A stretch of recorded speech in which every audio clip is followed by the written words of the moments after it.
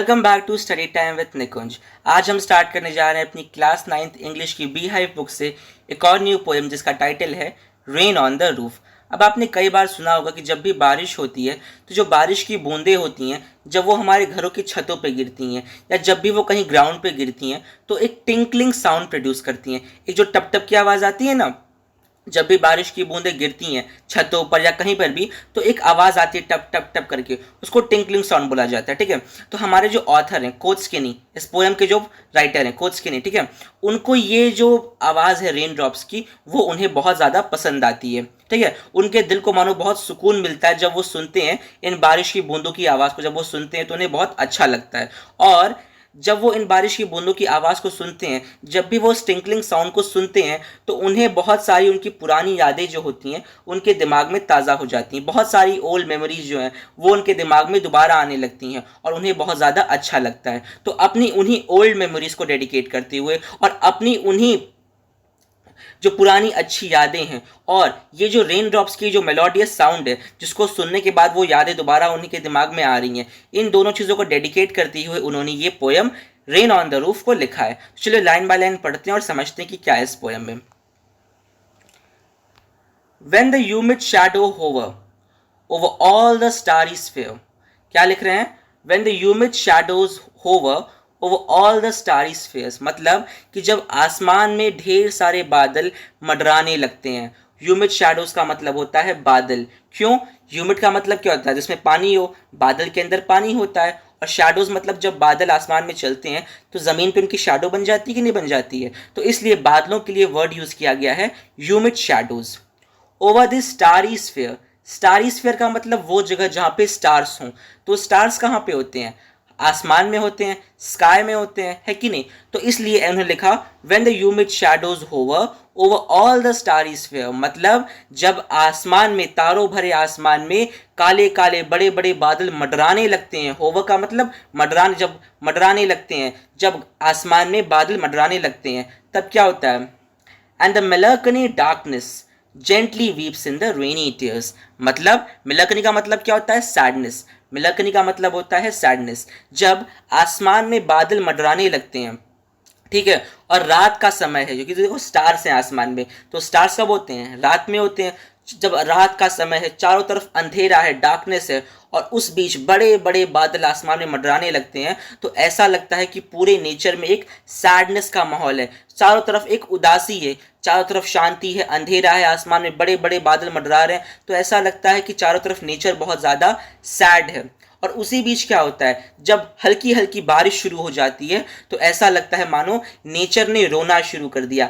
Gently weeps in the rainy tears, weep का मतलब होता है रोना। ऐसा लगने लगता है मानो नेचर ने रोना शुरू कर दिया। चारों तरफ अंधेरा है, उदासी है, और इस बीच जब बारिश शुरू होती है तो ऐसा लगता है मानो नेचर रो रही है। What a bliss to press the pillow of a cottage chamber bed and lie listening to the patter of the soft rain overhead. अब क्या कह रहे हैं हमारे ऑथर कि इस बीच में कितना अच्छा लगता होगा। वॉट अ ब्लिस, ब्लिस का मतलब होता है हैप्पीनेस। क्या? जब वो ये बारिश का बाहर ऐसा माहौल बना हुआ है तो वो उस समय अपने कॉटेज के अंदर हैं, ठीक है, और अपने बेड पे लेटे हुए हैं और उन्होंने अपने पिल्लो को, तकिए को बहुत कस के पकड़ा हुआ है और लेट के सोते हुए जो बारिश की जो आवाज़ है, जब वो उनके कॉटेज की छत पे गिर रही है, जो आवाज़ टिंकलिंग साउंड हो रही है, उसको सुन रहे हैं। और सुनते सुनते उन्हें बहुत ज़्यादा अच्छा लग रहा है, बहुत ज़्यादा सुकून मिल रहा है उन्हें। वो ब्लिस का मतलब होता है हैप्पीनेस, बहुत उन्हें अच्छा लग रहा है, बहुत वो खुश हो रहे हैं। कब? जब बाहर एकदम बारिश का माहौल है, बारिश हो रही है, वो अपने कॉटेज के अंदर अपने बेड पे लेटे हुए हैं, अपने पिल्लो को कस के उन्होंने पकड़ा हुआ है और अपने ऊपर यानी छत पर तेज तेज जो बारिश की जो बूंदों की जो आवाज़ है उसको सुन रहे और उन्हें बहुत ज़्यादा अच्छा फील हो रहा है। तो ये हमारा पहला स्टैंजा हो गया। अब अगले को देखते हैं। Every tinkle on the shingle has a echo in the heart. Tinkle का मतलब मैंने बता दिया कि जब बारिश की बूंदों का जो गिरती हैं हमारी छतों पे या कहीं भी ज़मीन पे भी, तो जो आवाज़ आती है उसको बोलते हैं टिंकल, ठीक है। और श्रिंगल का मतलब क्या होता है? छतों के ऊपर जो हम टाइल्स लगवा देते हैं उसको बोलते हैं श्रिंगल। अब क्या बोल रहे हैं हमारे ऑथर कि जब भी बारिश की एक एक बूंद, ठीक है, जब भी बारिश की एक एक बूंद घर की श्रिंगल्स यानी छत के ऊपर जो टाइल्स लगी हुई हैं, श्रिंगल्स, उन पे जब गिरती हैं तो वो एक एक टिंकलिंग साउंड उनके दिल तक पहुंचता है, has a echo in the heart. मतलब जब भी बारिश की एक एक बूंद छत के ऊपर जो टाइल्स लगी हुई श्रिंगल्स जब उसके ऊपर गिरती हैं और एक एक टिंकलिंग साउंड जो प्रोड्यूस होता है तो वो एक एक साउंड उनके दिल तक पहुंचता है, has a echo in the heart, उनके दिल तक पहुंचता है और उन्हें बहुत ज़्यादा सुकून मिलता है, बहुत ज़्यादा उन्हें अच्छा लगता है। ठीक है। And a thousand dreamy fancies into the busy being start, and a thousand recollections weave their air threads into the woof as I listen to the patter on the rain upon the roof। अब क्या कह रहे हैं कि जब वो इस आवाज़ को सुनते हैं तो उनके दिमाग में हज़ारों पुरानी मेमोरीज, थाउजेंड ड्रीमी फैंसीज, ठीक है, जब वो इस आवाज़ को सुनते हैं तो उनके दिमाग में थाउजेंड्स ऑफ जो पुरानी मेमोरीज है, ओल्ड मेमोरीज, अच्छी मेमोरीज हैं, उनके दिमाग में आना शुरू हो जाती हैं। और क्या कह रहे हैं कि जब इतनी सारी मेमोरीज एक साथ उनके दिमाग में आती है तो ऐसा लगता है कि मेमोरीज ने अपना एक जाल बुन लिया है, एक वूफ बना लिया है। वूफ समझते हो, जब बहुत सारे धागों को एक साथ बनाया जाता है, सिला जाता है, किसी तरह बहुत सारे धागों को जब एक साथ कलेक्ट किया जाता है तो उसको बोलते हैं वूफ। ठीक है, धागों का जाल, उसको हम बोलते हैं वूफ। ठीक है, उसी तरीके से कह रहे हैं कि इतनी सारी मेमोरीज उनके दिमाग में एक साथ आ रही है तो ऐसा लग रहा है कि उनके दिमाग में मेमोरीज ने अपना एक जाल बना लिया, एक वूफ बना लिया। जब भी वो इस बारिश की आवाज़ को सुनते हैं तो इतनी सारी मेमोरीज उनके दिमाग में आ रही हैं और मानो मेमोरीज ने अपना एक जाल बुन लिया है उनके दिमाग के अंदर और अब उनको एक बड़ी पिक्चर दिखाई दे रही है। किसकी वो पिक्चर दिखाई दे रही है वो अगले स्टैंजा में पढ़ना है। ठीक है, अभी बस समझो कि जब इतनी सारी बारिश की बूंदों की आवाज़ को वो सुन रहे हैं तो उनके दिमाग में बहुत सारी पुरानी थाउजेंड्स ऑफ ओल्ड मेमोरीज उनके दिमाग में आ रही हैं और मेमोरीज ने अपना एक जाल बुन लिया, एक वूफ बना लिया, एक मेमोरीज का एक जाल बुन लिया है। ठीक है, अब देखते हैं। Now in the memory comes my mother आज she use in years अगॉन।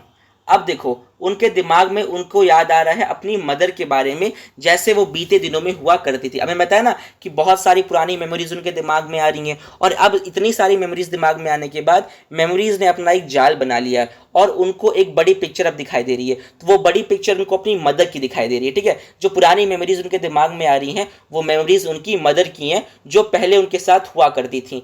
As she used to in years agone, यानी बीते समय में उनके साथ हुआ करती थी। अभी उनकी मदर उनके पास नहीं है क्योंकि अभी उनकी मदर की डेथ हो चुकी है। ठीक है, तो अब पुराने समय की याद कर रहे हैं जब उनके पास उनकी मदर हुआ करती थी। अब आगे क्या लिखते हैं। To regard the darling dreamers ere she left them till the don.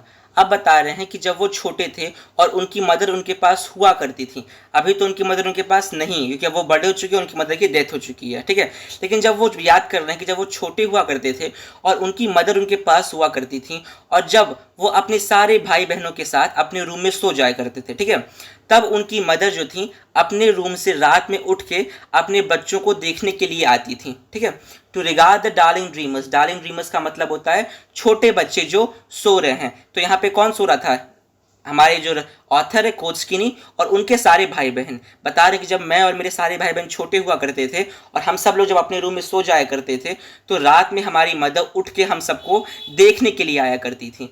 तो रिगार्ड का यहाँ मतलब है देखने से। तो जब ये राइटर और अब उनके सारे भाई बहन छोटे थे, सब लोग अपने रूम में सो जाते थे तो उनकी मदर रात में उठ के अपने बच्चों को देखने के लिए आती थी। ठीक है, ere she left them till the dawn, यहाँ पे एरे का मतलब होता है बिफोर।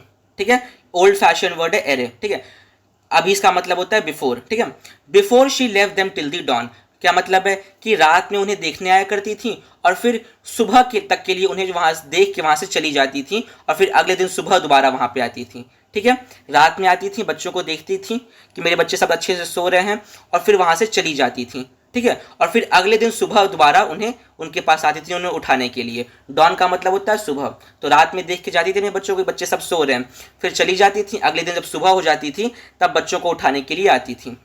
ठीक है, oh I feel her fond look on me as I list to this refrain which is played upon the shingles by the patter of the rain.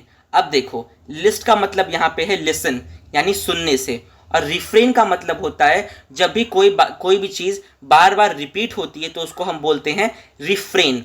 अब यहाँ पे बता रहे हैं ऑथर कि जब भी वो लगातार, यहाँ पे रिफ्रेन क्या हो रहा है, जो बारिश की जो बूंदें वो लगातार छत पे गिर रही हैं तो वही रिफ्रेन हो रही हैं। तो क्या कह रहे हैं कि जब भी मैं इन बारिश की बूंदों को लगातार सुनता हूं, लिस्ट का मतलब है सुनता हूं, जब भी मैं इन बारिश की बूंदों को लगातार गिरता हुआ छतों की श्रिंगल्स पे, है ना, जो टाइल्स लगी हुई छतों पे, उस पे गिरता हुआ लगातार सुन रहा हूं, तो मैं अपनी मदर का जो वो पुराना फॉन्ट, फॉन्ट का मतलब होता है प्यारा सा, ठीक है, तो मैं अपनी मदर का वो फॉन्ट लुक वो अपने पास फील कर पा रहा हूं, अपनी मदर को अपने पास फील कर पा रहा हूं, जब भी मैं इस बारिश की बूंदों को अपनी छत के ऊपर गिरता हुआ सुन रहा हूं। जब जब लगातार ये जो बारिश की बूंदें, रिफ्रेन का मतलब है लगातार, लगातार जब ये बारिश की बूंदें छतों पे गिर रही हैं, श्रिंगल्स पे गिर रही हैं, तो इनके गिरने की आवाज को सुन के मैं, मेरी जो मदर जिनकी डेथ हो चुकी है, उनको अपने पास फील कर पा रहा हूं, उनकी मेमोरीज उनके दिमाग में आ रही हैं, उनका जो प्यारा सा चेहरा, जो उनका फॉन्ड लुक है, वो उनके दिमाग में दोबारा आ रहा है। तो ये सारी पुरानी मेमोरीज हैं जो उनके दिमाग में वापस आ रही हैं